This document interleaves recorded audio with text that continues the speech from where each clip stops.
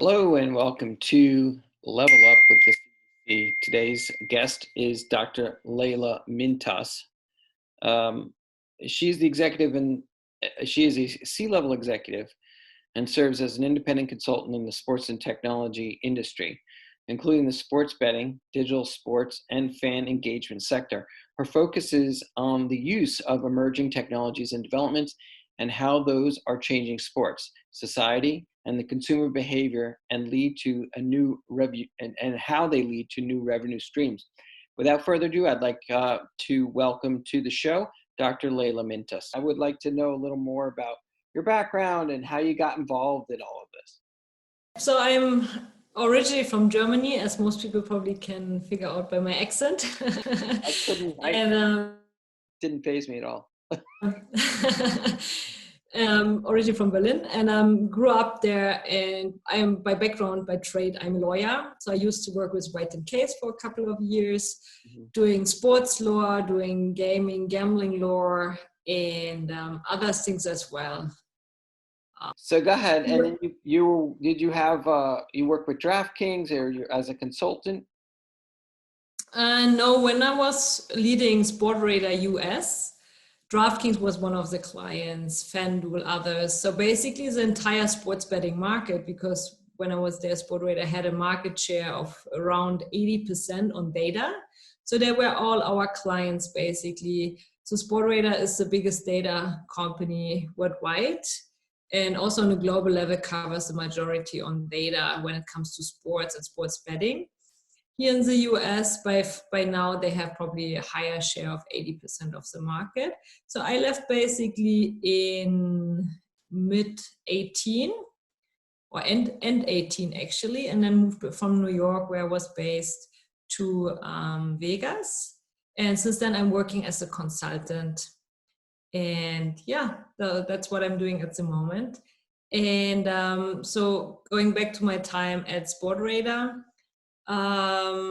so we basically did deals with NBA, MLB, NFL, NHL to become the official data partner. Some relationships on the media side, some on the sports betting side. So basically using the data to distribute the data to all the books in the US exclusively, most of the times. And that's why I basically got in touch with everyone and created a broad network, I would say, and started understanding really the industry from different perspectives. And yeah, that helps nowadays with my consultancy. So, well, there's not a lot of sports going on right now at the moment because of the COVID issue and all of that. But I do hear that they're going to start doing integrating sports with empty stadiums, if that's what they have to do. So how did you, statistically, I think that you basically, your stats were, I read something about in-game abilities, that when you worked with Sportradar, how you were able to create the statistics for in-game betting as well, correct? During an actual game.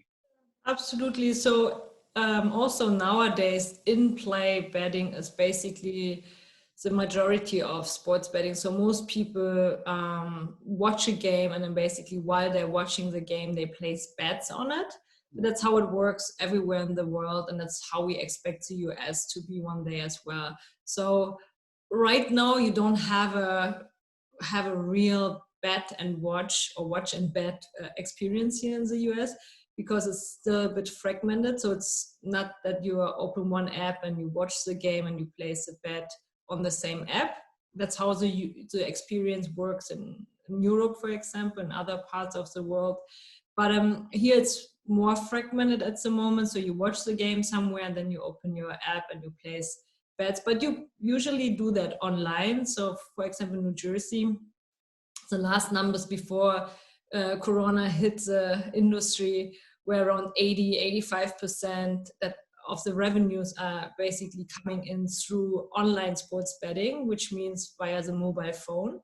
And that's what we expect people to do moving forward as well. So nowadays, everyone places or everyone calls an Uber or Lyft on their mobile phone.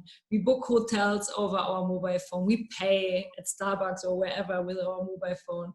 And we place our bets over the mobile phone. That's just how it works nowadays. Right. And yeah, some states believe they can basically reduce the channel and have only retail.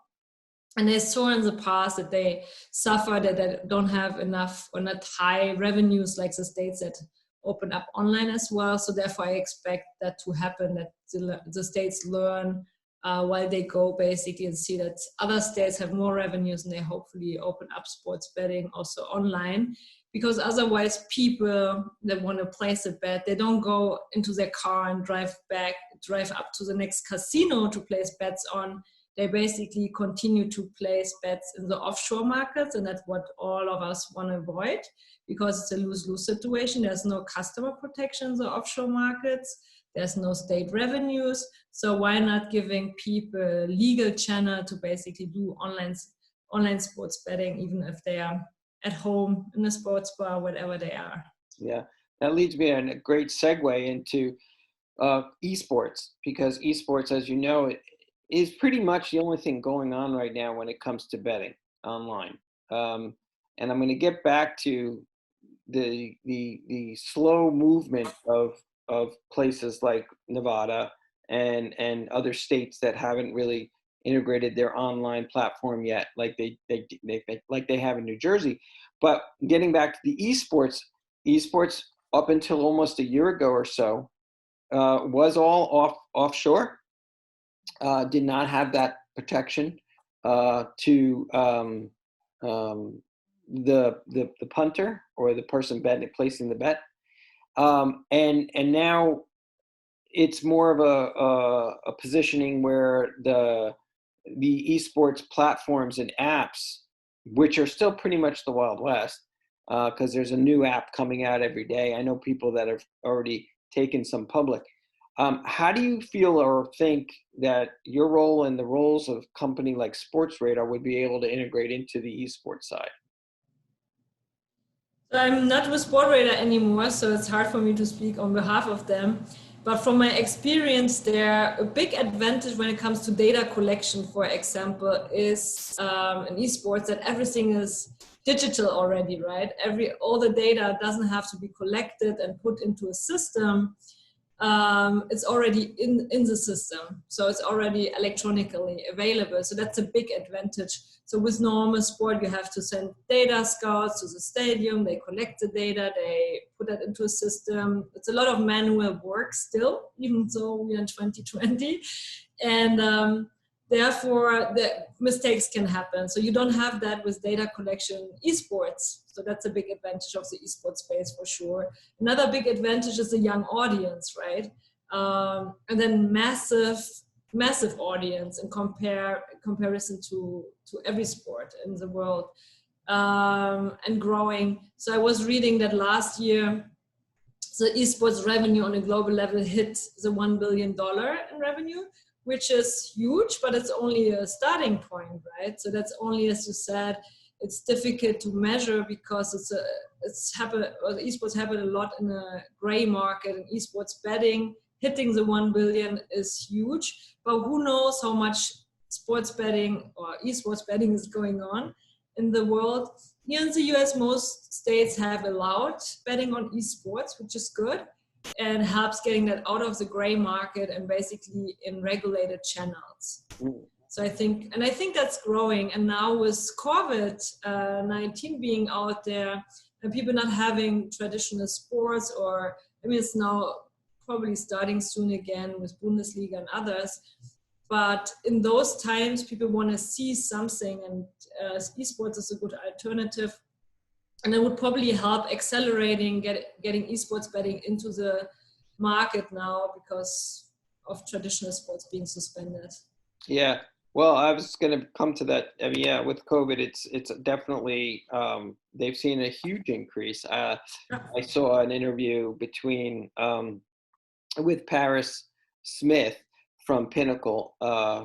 She was talking about how much they've pivoted into the esports market and how much the betting on esports has grown in, in a few months, basically because of COVID.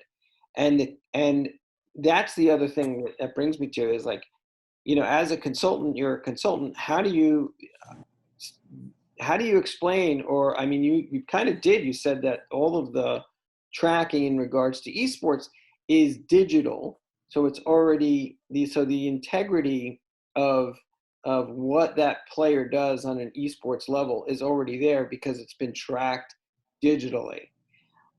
How can we educate the bookie, or the brick and mortar bookie in the casino market to understand that concept, that you're actually, that, because a lot of the older folks that run these properties feel that they can't trust esports because of the integrity. There's too much. They feel there might be too much cheating going on, and I say that it's less likely because of the digital footprint that it creates, as opposed to anything like a football player, American football player, just dropping the ball and never knowing why, could have thrown the game, or a referee making a call on an American football field that doesn't jive. And I've seen that.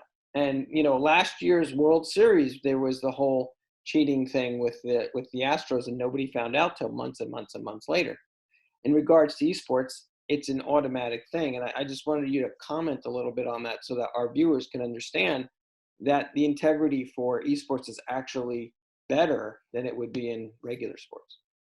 Yeah, so starting with regular sports, there were scandals in every sport worldwide already since years. I mean, when I was working at FIFA, a lot of, when was that, years back, I was basically heading up their integrity efforts to help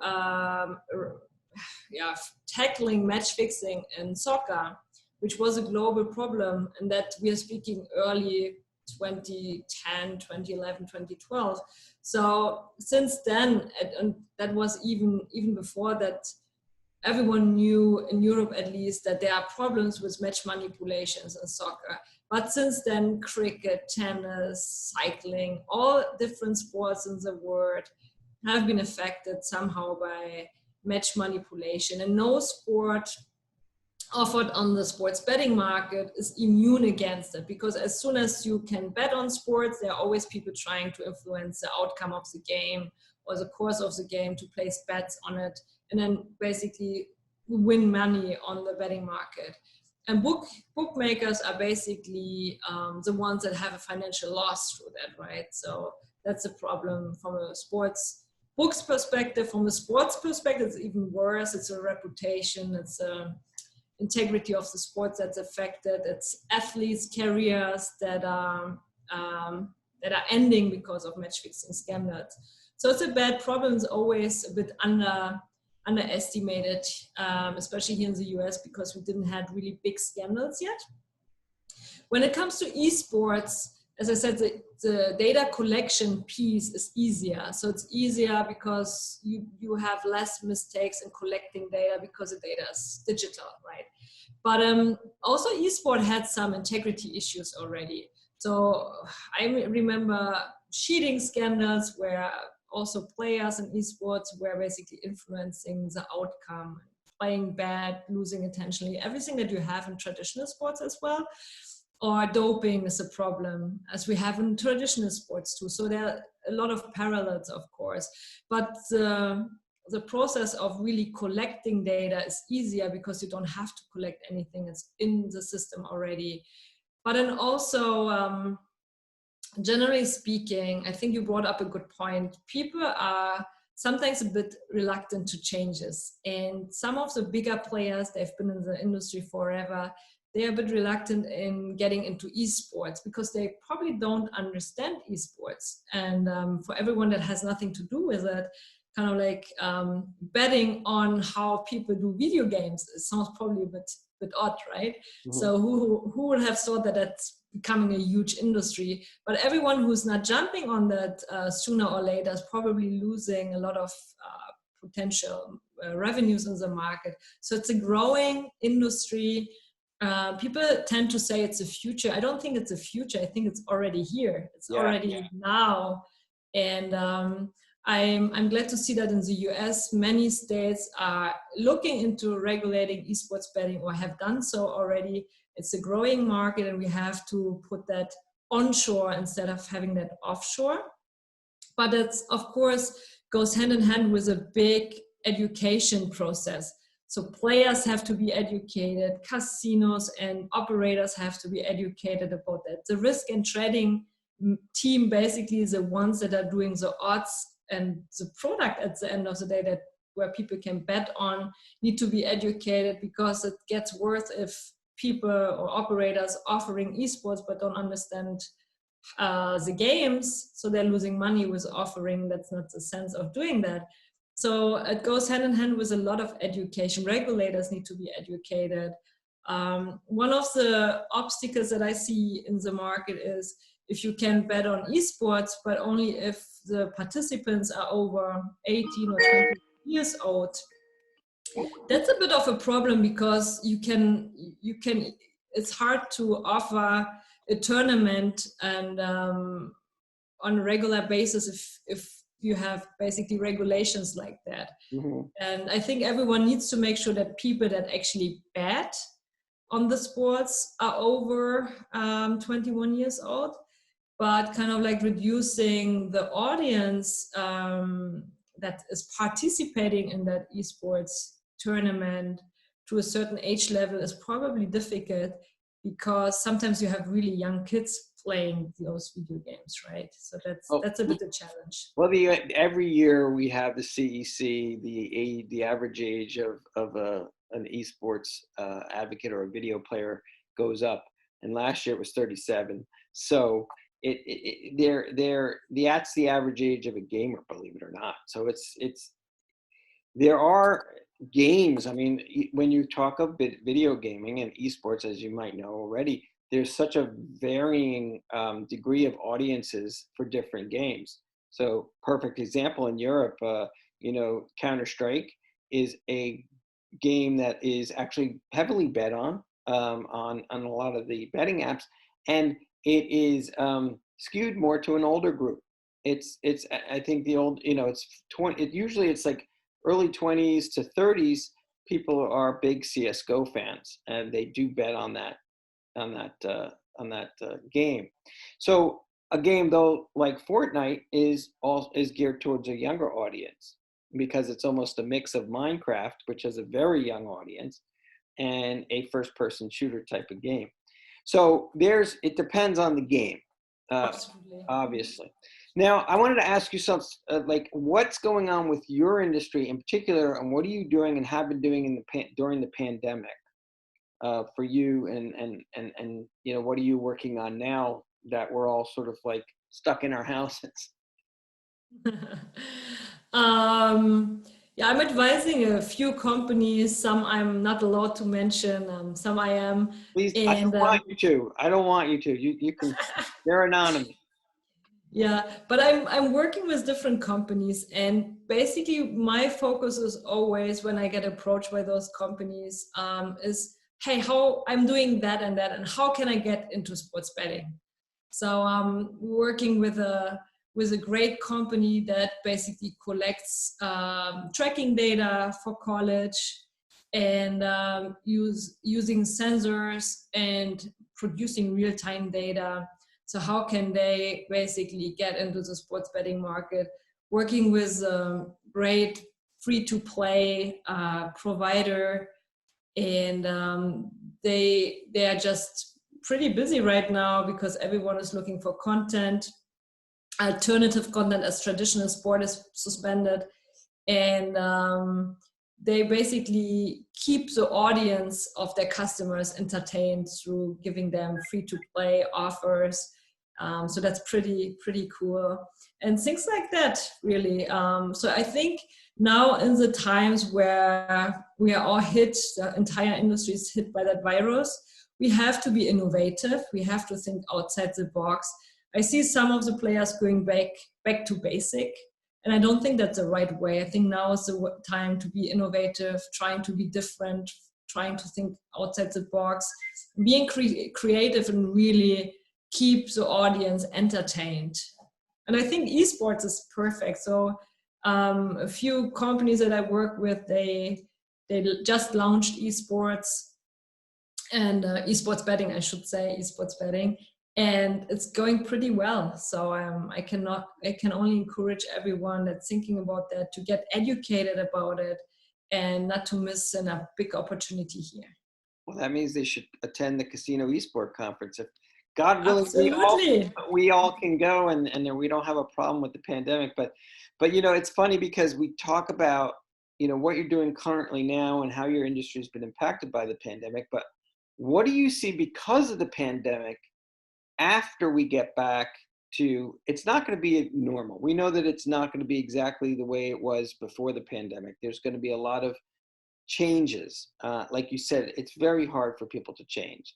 But, you know, overall, things going to have to change. So after the pandemic, how do you see changes in the gambling landscape when it comes to even sports betting? And I know we mentioned betting on your phone, but what more can we do as an entertainment value for conventional sports, even at you know, you know, at bookies, at sports books, or even on a mobile device? Yeah, so I think if you look into the sports betting market, especially in Europe, where we have a more mature market, of course, sports betting hasn't changed too much over the decades. And I believe that the US will innovate and change and actually revolutionize that whole sports betting experience one day. So we're not there yet. But I think we are more data driven, we are more deep into analytics and stats, and we have great tech companies across the US actually. And we are so sport fanatic in a positive way that I think most of the disruption that we will be seeing in the sports betting market on a global level will probably start now in the US somehow. And I'm thinking about tracking data and how you can use tracking data for sports betting, biometric data, how you can include that into an interesting product. So think of you knowing the heartbeat of a player before he's going to shoot and things like that. So I think that's all coming, and it will all start here. And I know a lot of interesting companies that are working on those things already. Esports, of course, I mean, there's no way around it, right? And as I said, initially it's a young audience, it's a massive audience, and everyone who's not trying to target that and to monetize that somehow, if he has the opportunity to do that, is probably missing big potential here. Speaking about the leagues, I think they need tools to engage fans. And a good way to do it is with free-to-play products to keep their audience entertained. I think overall what we will be seeing after COVID is that everything gets probably, that's my guess, pretty fast back to normal. I think esports will be accelerated, the development of that into the market now through the virus, as free-to-play offers will, as virtual sports will. So virtual sports offerings are big at the moment as well. But I think everything goes pretty fast back to normal. That would be my guess. So when you talk about virtual sports, you're talking about if I went to, or even from my home, to virtually enter into a stadium where the play is going on and have that kind of entertainment interaction with the actual live sport event? I think that's coming as well. So people are working on these VR experiences as well and AR experiences as well. But right now, for example, if you go to a sports betting site and the traditional sport is suspended, so you can see some of these simulations where you have basically one team fighting against the other team or competing against the other team. And those teams sometimes are fake, so they don't really exist. So they are just simulated teams that say team A against team B, or that can be real game, real brands, real sport teams that are competing, and the experience is sometimes a really high quality. So it's almost like watching a real game. You have players fighting with a referee even in those simulations. So there, some of them are pretty cool that I have seen. And most of the time, those simulations go for 90 seconds or 3 minutes is probably the longest I have seen. And then players or sport bettors are basically placing bets on which team will win. But it's a simulation, it's not a real game.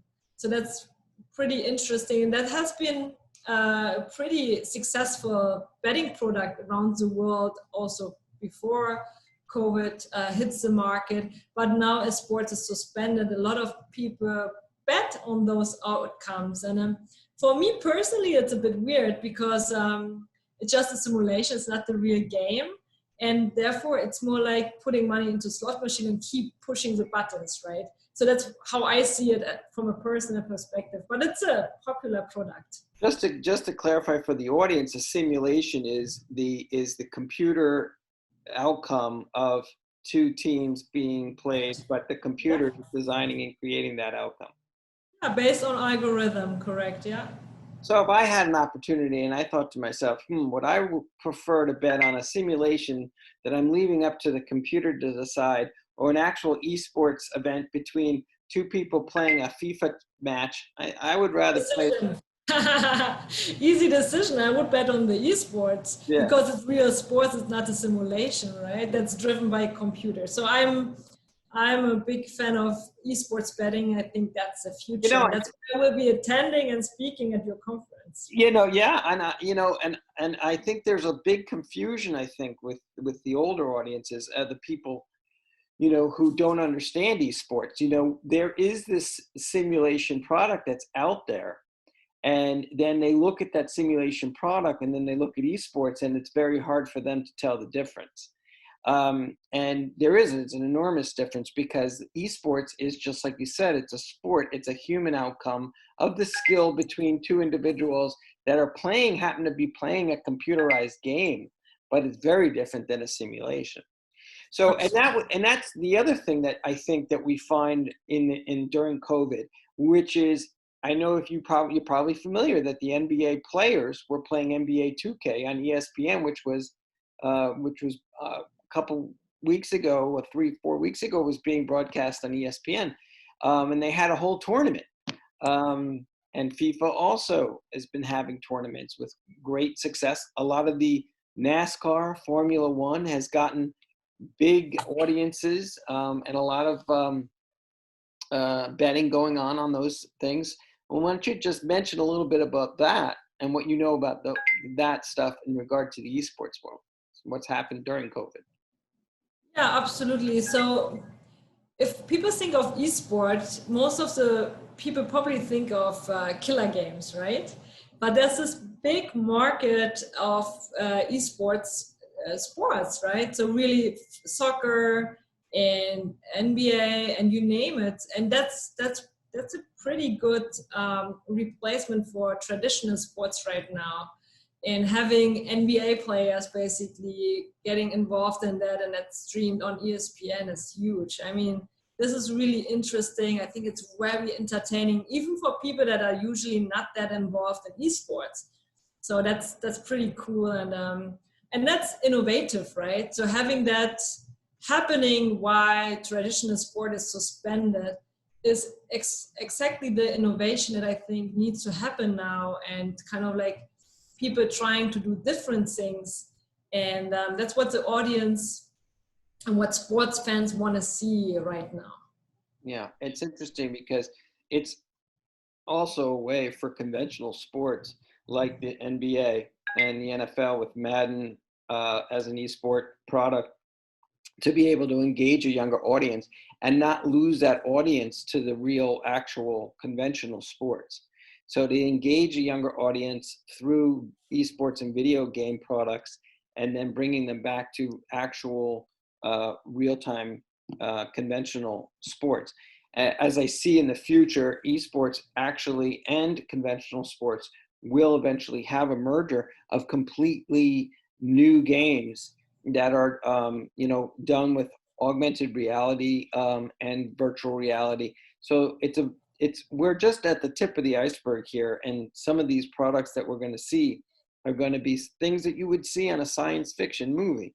But it's definitely an interesting world we're living in right now with all of the pandemic happening. But as that happens, innovation and creation start to happen more through our technology.